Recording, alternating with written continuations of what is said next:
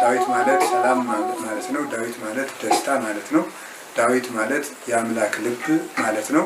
በስላሴ ልብ የተመከረውን በመንፈስ ቅዱስ መነጽርነት ገልጦ ዘመንን አቅርቦ እግዚአብሔር ዓለማት ከመፈጠሩ በፊት ያለውን ዓለማትን በፈጠረ ጊዜም የነበረውን ዓለምን ፈጥሮ የሚመግብበትን ስርዓት በአበው ዘመን በሐዋርያት በኦሪት ዘመን እግዚአብሔር እንዴት እንደመገበ እንዴት እንደሚወለድ እንደሚጸነስ እንደሚጠመቅ እንደሚሰቀል እንደሚነሳ እንደሚያርግ ዳግመኛም እንደሚመጣ ዓለምን እንደሚያሳልፍ ዓለምን አሳልፎ ሁሉ እንደሚኖር የስላሴን የልብ ምክር ገልጦ የተናገረ ስለሆነ የአምላክ ልብ ይባላል።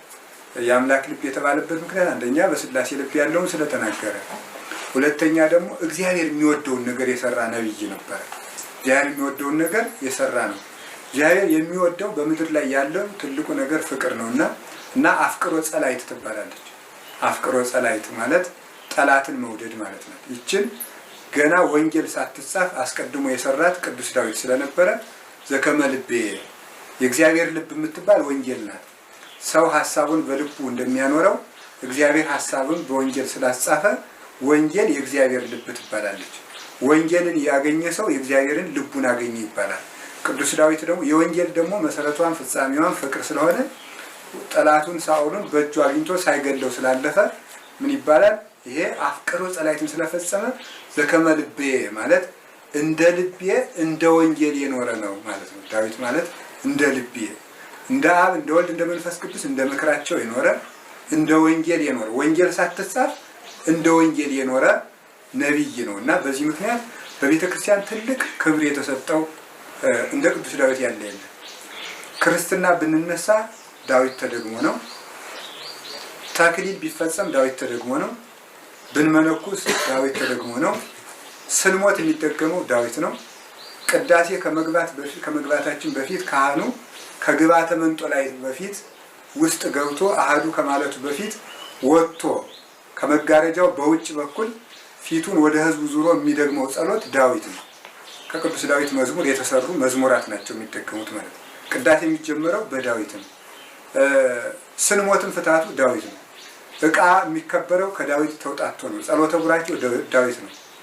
ዕጣን ሲታጠን በገዳምም ሆነ በደብር ካህናት ማይጠንት ሲያጥኑ አስቀድሞ ጸሎተ ዕጣን የሚባል ይደግማሉ። በቤተ መቅደስ ውስጥ ነው። ያ ጸሎተ ዕጣን አብዛኛው ሙሉ በሚባል ደረጃ ዳዊት ነው ጸሎቱ እና ዳዊት የነገር ሁሉ ምንጭ ነው። ከጠላት መጠበቅ አለበት። የእንጀራ በረከት አለበት።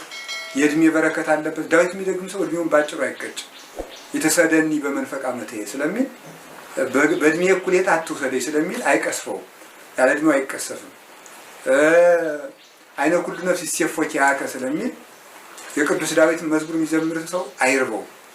አድነን እግዚኦ እምብእሲ እኩይ ስለሚል አቤቱ ከክፉ ሰው አድነኝ ስለሚል ምቀኛ አያሸንፈውም። ዳዊትን የሚጸልይ ሰው ጠላት ይበርድለታል በእውነቱ ማለት ነው። እና የቅዱስ ዳዊት መዝሙር ለቤተ ክርስቲያን ትልቅ ሀብቷ ነው። የሚያስደንቃችሁ ነገር መንግስተ ሰማያት ውስጥ ከበሩ ላይ ሆኖ የሚዘምረው ዘማሪ ቅዱስ ዳዊት ነው። ከመንግስተ ሰማያት ከበሯ ላይ ሆኖ የሚዘምር ቅዱስ ዳዊት ነው በእውነቱ ማለት ነው። እና ዳዊት የሚደግም ሰው በጣም ትልቅ በረከት አለው። እና እንደውም በነቢያት በሐዋርያትም ስርዓት በሰለስቱ ምዕትም ስርዓት ሁላቸውም መዝሙር ዘምሩ ነው የተባለ። የዳዊት መዝሙር ምስጋና ነው። በቀር ጸሎት እየመራረጠ የሚጸልይ ሰው የብልጣብልጥ ጸሎት ነው። የብልጣብልጥ ጸሎት ይችላል የሚል የብልጣብልጥ ጸሎት ነው። አይበቃም። ዳዊትን ሳይዘምር ሌላ ጸሎት እያጠራቀመ ይችል ለህልም ጥሩ ናት ይችል እያለ የሚደግም ሰው ቢሰግድ ራሱ ከመጠቀም ደረጃና አጣይም ደረጃ አይደርስም። ተጋዳይ ቢሆን እንኳን ማለት ነው። እና እንዲሁም አንድ አባት ምን ብለውኛል? አንድ ሰውዬ ድርሳነ ሚካኤል እየደገመ ሳለ አንድ የበቁ አባት እያዩ ነው የሚጸልዩትን መነኮሳት በገዳም እየዞሩ ሲያዩ ድርሳነ ሚካኤል የሚደግመው ላይ ቅዱስ ሚካኤል ሰይፍ ይዞ ሲጠብቀው፣ ከዚያ በኋላ አርጋኖን የሚጸልይ ሰው ደግሞ እመቤታችን ወተት ስታጠጣው የስጋ ወተት አይደለም ምስጢር ማለት ነው። ከዚያ ደግሞ ውዳሴ ማርያም ቅዳሴ ማርያም ለሚደግሞ ደግሞ ማር ስታጠጣው ያያሉ እያለፉ ማለት ነው። ከዚያ በኋላ ዳዊት ከሚደግመው መነኩሴ ሲደርሱ ሥላሴ ከእግር ጥፍሩ እስከ ራስ ጠጉሩ ተስለውበታል ማለት ነው።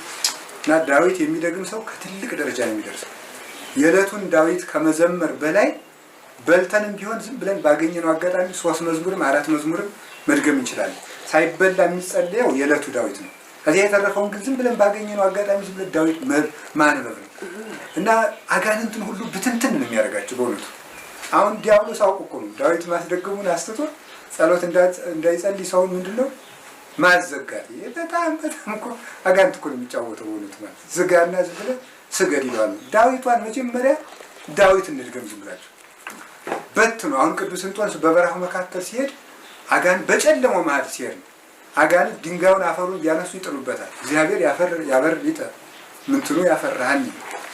እግዚአብሔር ተመልከቱ የሕይወቴ መታመኛ ነው፣ ብርሃኔና መድኃኒቴ ነው፣ የሚያስደነግጠኝ ፈጽሞ የለም።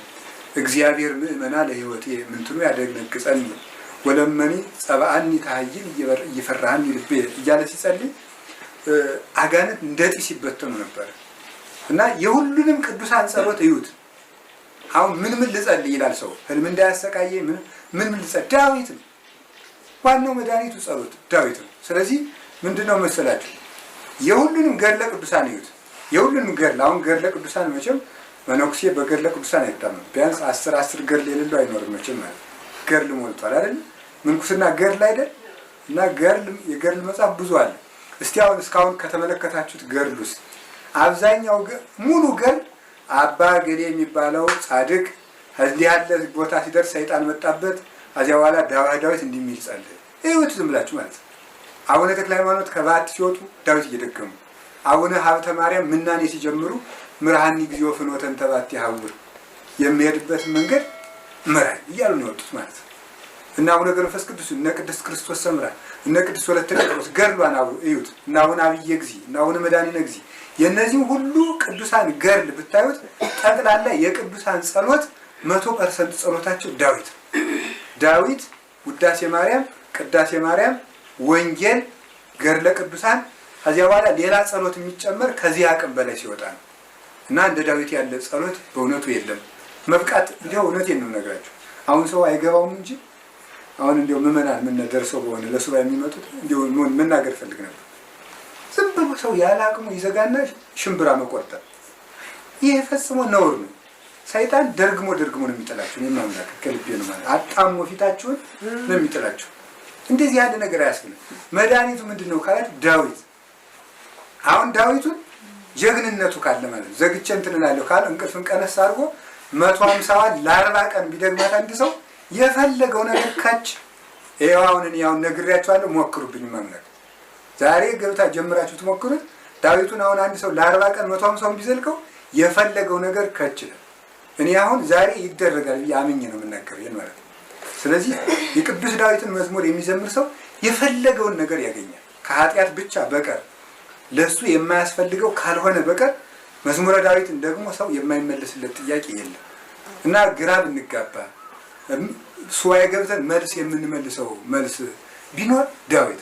አንድ አባት እኔን ራሴን እንዲህ ብለውኛል የሆነ ጊዜ የአሁን ጊዜ ልጅ ሆዳም ነው እና ዘግቼ ጸልያለሁ አትበል እንጀራ ስለምትፈልግ ይራል። ስለዚህ ዝም ብለህ ከሰው ጋር ዝም ብለህ ደናደራችሁ እያልክ ዳዊት ነው መድከም ብሎኝ ነበር። እውነታቸውን ነው ብሎት ማለት አሁን የዚህ ጊዜ የ8ኛው ሺህ ትሩፋት መሆን ያለበት በምንድን ነው መሆን ያለበት? በአፋ ነው መሆን ያለበት። የውስጥ በአፋ ማለት ነው ከሰው ጋር እየኖሩ ዳዊትን መድገም ነው። እየሳቁ እየተጫወቱ ዳዊትን መድገም ነው እንጂ ተደብቄ ቤት ዘግቼ ፍልሰታን ዘግቼ እንዲህ የሰይጣን መጫወቻ መሆን። እንዲሁ የዚህ አካባቢ ሰው የገጠሩ ሰው ሲፎክር ውረድ እንውረድ አባይ ቃለቱ የሞተው ሙታ ታልቅስ እናቱ ይላል።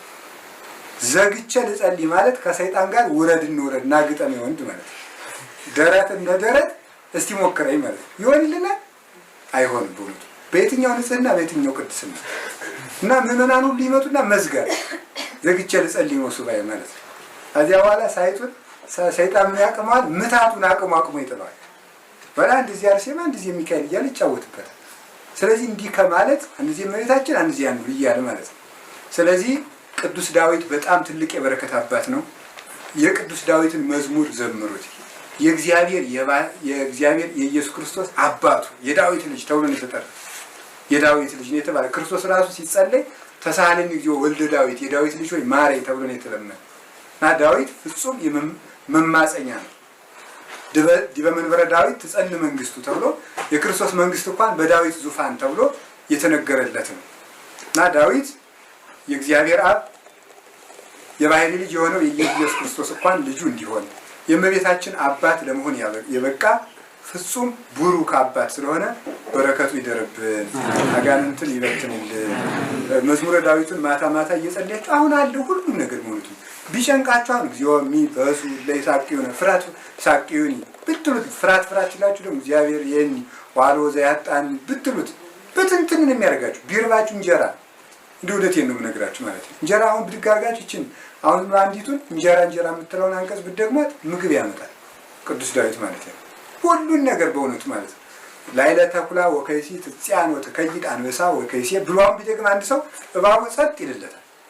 የቅዱስ ዳዊት መዝሙር ፍጹም ኃይልና ጋሻ ነው እና ይሄንን ነው ማለት በቀር ልቅምቃሚ ጸሎት ፈጽሞ ነውር ነው በእውነቱ ማለት ነው። እንዲያው አሁን ባለፈው አንድ መነኩሴ እዚህ መጥተው የቅዱስ ያሬድ ጊዜ ነው። ለአንድ ሰው ምን ብለዋል? እንደው ብድግ ብለው ነው እንዲያው አይደረስ ሳይ ታሳዝነኛለህና እንዲያው ሳይ ስለምታሳዝነው ይችን ድገም ብለው ጽፎ ዝም ብሎ መስጠት ደርሶ እንዲያው ለባህል የመጣ መነኩሴ ነው። እዚህ ገዳም ያለ አይደለም ማለት ነው። ምን አቅለበልበው ሰው እናንተ ሰው አርፎ ተቀጥምጥበት የሰውን ሕሊና መረበሽ ምንድን ነው? መለቃቀም በዚያም ልቅም እንዲና እንዲህ ያለ ትርክምክም ነገር ወዲያ መውጣት አለበት። ሌላው ቀርቶ ነው መጽሐፍ ምን እንደሚል ታውቃላችሁ? አንተ በመጽሐፍ የተሰራውን ጸሎት ስትጸልይ እግዚአብሔር ይጠብቃል እንጂ ጠብቀኝ የምትለውን አንቀጽ እየመረጥክ የምትጠብቅ ከሆነ ብልጥነት ነው። እግዚአብሔር ማመስገን አይደለም። ጠብቀኝ የምትለው አሁን ላይ እየመረጡ ዝም ብላችን ቀበኒ የምትለውን አጠራሞ በአንድ ላይ ደጉሶ የሚጸልይ ሰው አለው። ያችን ማለት ይሄ ፈጽሞ ነው በስርዓት የተሰራውን ጸሎት እና እመቤታችንም ስትጠየቅ አሁን በቅዳሴ ማርያም ሲተረጎም እንሰማዋለን። ስትጠየቅ ከምስጋና ማን ትወጃለሽ ሲሏት ልጄ ዳዊትና አቡነ ዘበሰማያት እኔ ደግሞ ውዳሴን ከቅዳሴ አስተካክሎ የሚደግምልኝን እወዳለሁ ብላ እመቤታችን ተናግራለች ማለት ነው። ከዚህ በላይ ጸሎት ምን አለ? ልጄ ዳዊትና አቡነ ዘበሰማያት ይወዳል፣ እኔ ውዳሴ ማርያምና ቅዳሴ ማርያም እወዳለሁ ብላ ተናግራለች። እና ቅዱስ ዳዊት የእመቤታችን አባቷ የሆነ ነውና ይሄንን የሚደግሙ ሰዎች በረከተ ስጋ በረከተ ነፍስን ያገኛሉ። ብቃት አሁን እውነቴን ነው 80 ዓመት ዘግቶ የሚጸልይ ባይታዊ ቢሆን ዳዊት የማይደግም ከሆነ አይበቃም። አዲያው ሰይጣን አያስደግመውም ማለት ዳዊቱን እንዳይደግም እስር ያደርገዋል። እኔ ሌላ ነው እንደ ብዙ ገድለ ተክለ ሃይማኖት ደግማለሁ፣ ገድለ ቅድስት አርሴማ ደግማለሁ ይላል። ድጋሙ ጥሩ ነው። ዳዊት አልባ ግን እነዚህ ነገሮች ቢጸልዩ እንኳን አያበቃም። ምክንያቱም መሰረት ነው። ሐዋርያት ነቢያት ሁሉ